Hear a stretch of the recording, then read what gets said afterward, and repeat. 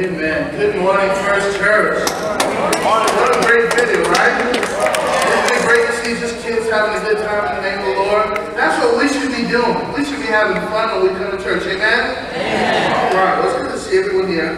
I first would like to thank the man of God of this house, Pastor Tom, for the opportunity and privilege to speak. Man, I'm excited that I have a word from God. I can't wait to share it. I also want to thank my beautiful wife who's not here, my children. Because of what they do, it allows me to do this, and for that I'm grateful. And I also want to give a very special shout out today, because today is my son Jacob's 18th birthday. Happy birthday, Jacob! You know, I know that he's my boy, but I am proud of the man he is now chosen to be. I am proud that he is kind. I am proud that he loves his mama. And I am proud that he loves Jesus. Amen. Amen. Jacob, happy birthday, Captain.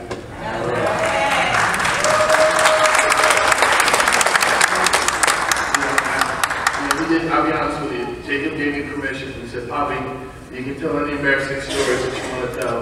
But he mainly meant it for yesterday for the party, but I'm taking a little bit. Well, my wife and I were dating, and it became pretty apparent that we were going to get married, and there was a lot to happen.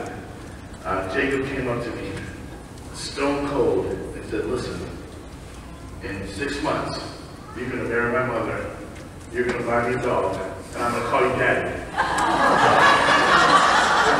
I wasn't sure if it was supposed to be directly in that order, but you know, I didn't really pay attention to it, but as coming in as a new dad, big young, and you always wonder, will the kids accept you, they're going to call you Dad, or they're going to call you Mr. Miguel, So it was very sweet, but I really didn't pay much mind to it. And then he came up to me the next month and said, okay, 5 months, you're going to marry my mother, buy me a dog, and I'm going to call you Daddy. I said, okay, So even then, it was still kind of cute. But then we started coming down to the wire, and he was like, 3 weeks, you're going to marry my mom, buy me a dog, and cause some finance. I said, I think we got to buy this Joker a dog. So we did, and his name was Joey Boombox. It was the absolute worst dog. But Jacob, happy birthday, man. I love you. Faith. Let's talk about faith today. I'm super excited about faith. Today we're gonna really look at faith, and we're gonna go and dive deep into what faith really is. And I'm gonna ask you some tough questions. And my goal in this is to get you to look at faith in a new way, and hoping that you have a deeper understanding of what faith is, and understanding that the deeper your faith is, the deeper your relationship is with our Heavenly Father. Amen? Amen. Matthew 18 says it great. He said, and I say unto you, which is our focal verse today, unless you turn and become like children, you can never enter the kingdom. And while I gotta be honest with you, that does sound like a neat thing. It makes me question God a little bit, because I have some mean kids, man. And I gotta be honest with you. If you see my kids on a certain day, it makes you question that same verse, amen? I'm not offended, it's okay. Last night they had Jacob's party, and there were probably, honestly, about 40 people in the house. I don't even know. It was honestly a code violation, if we were going to be truthful. And, the older kids were kind of behaving themselves, but boy, if you went to the back room and the little kids were, listen, it was like Survivor. You could get easily voted off the island. I don't know how some of them made it out. They were pushing and kicking and grabbing controllers, but yet God still chose to say, unless we become like little children. Why? Well, because, family, children believe. Amen? Amen? They believe without question. Unless it's my son Mikey, then you have to answer every question. When are you going to get there? How are you going to get there? Dad, do you have enough gas to get there? That's Mikey. He wants to know everything. But children will believe. And not only will children believe, this is the neat thing I've learned about kids, that even if they're in the middle of doing something, if you call them, they will stop what they're doing to come follow you. God has such a special place for children. Well, let's see what children have to say about faith. Roll video.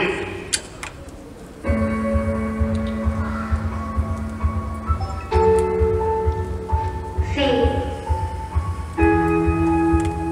Faith is more than just believing. It's knowing.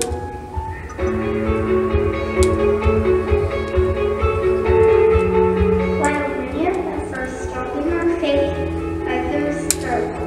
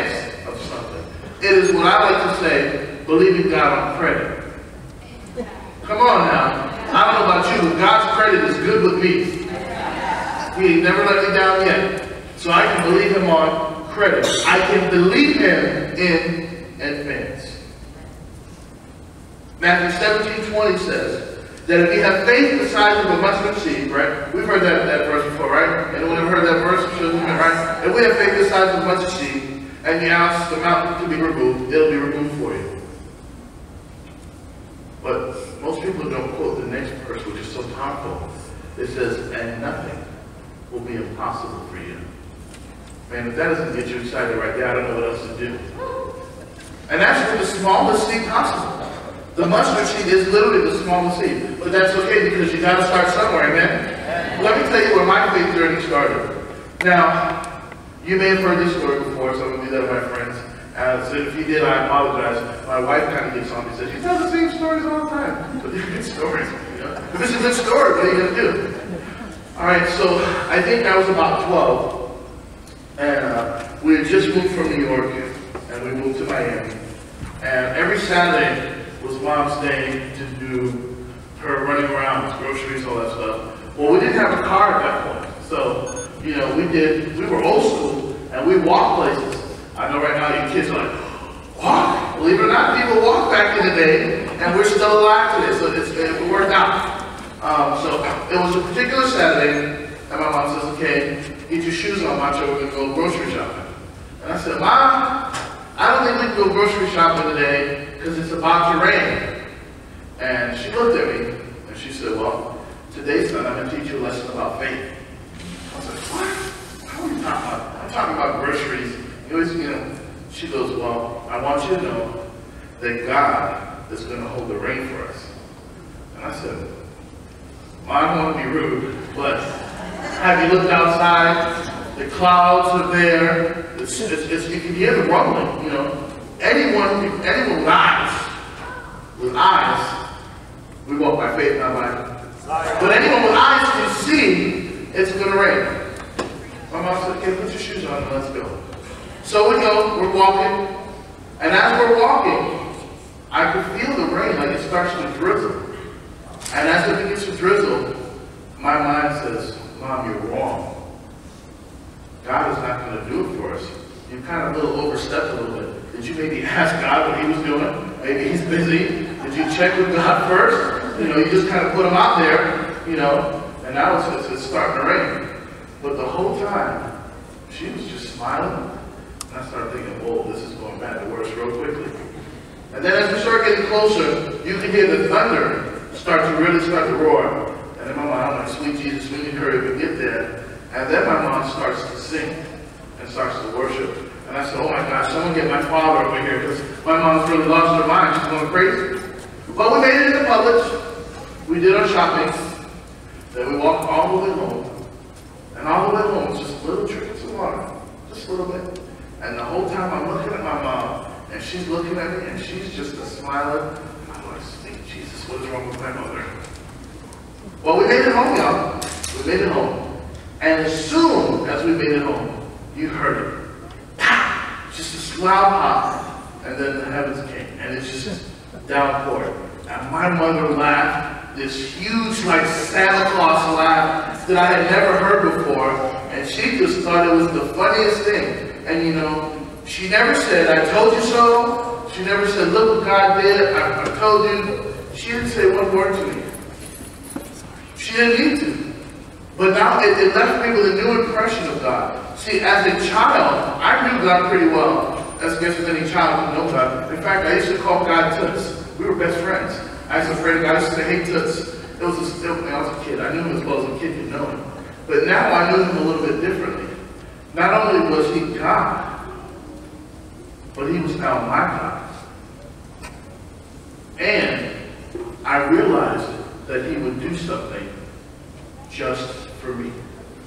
I realized that he held the rein just for us. And that was mind-blowing. Because when I was a child, you think of God as this huge being, right? And God is all-encompassing and all-powerful. But it never occurred to me that if I asked him to do something, that he would do something just for me. That's where my faith started. Mustard seed, small. So now that we've agreed on what faith is, I do have to let you know, unfortunately, what faith is not. Faith is not hope. Now that's a tough one to grasp because they're often intertwined, right? You hear faith and hope and they're usually used together. But we must understand that there's a very different thing between faith and hope. See, faith is knowing, while hope is simply just believing. See, hope is not based on any kind of experience. It's not based on something you know. It's based on kind of just this very simple, optimistic belief. It's kind of an optimistic way of thinking. It's really what we call positive thinking. Right? We heard that keep a positive. Be positive, be positive. That's what hope is. Hope. But I want you to understand that faith and hope are two different things. See, if you have faith, you automatically have hope. But just because you have hope does not mean that you have faith. There's a difference there. And it's really important that you understand that. Why? Because number one, we're talking about faith. And let me tell you what the great thing about faith is, and you're going to see this as we go through, as you walk with me. But the end result of faith is it gives you a deeper relationship with our Heavenly Father. That day, when I walked to Publix, when I came home, I had a deeper relationship with my God. Because not only now did I know Him, but now I knew that He listened to me. I know that when I prayed that He heard me. That was a pretty awesome thing right there. And I knew that if I asked Him to do something, He would do it just for me.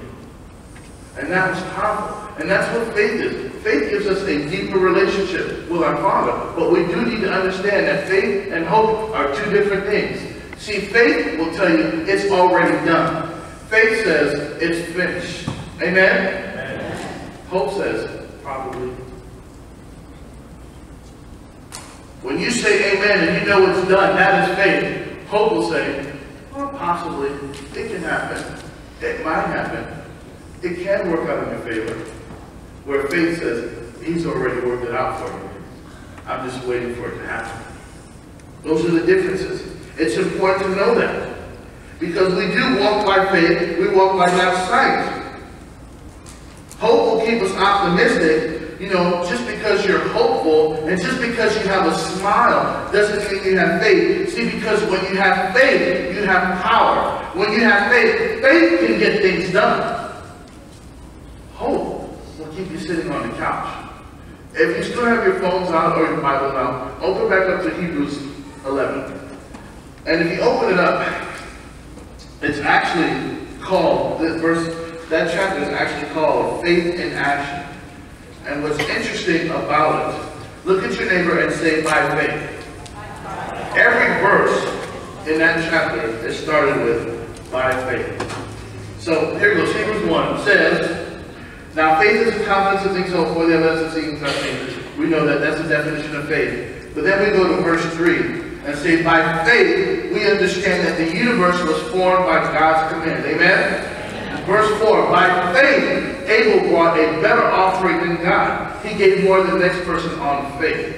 Then verse 5 says, by faith, Enoch was taken from this life so he didn't have to experience death. Verse 7, by faith, Noah was born by something not seen in holy fear, built an ark. 8, by faith, Abraham, when called to go to a place to receive his inheritance. By faith, Sarah.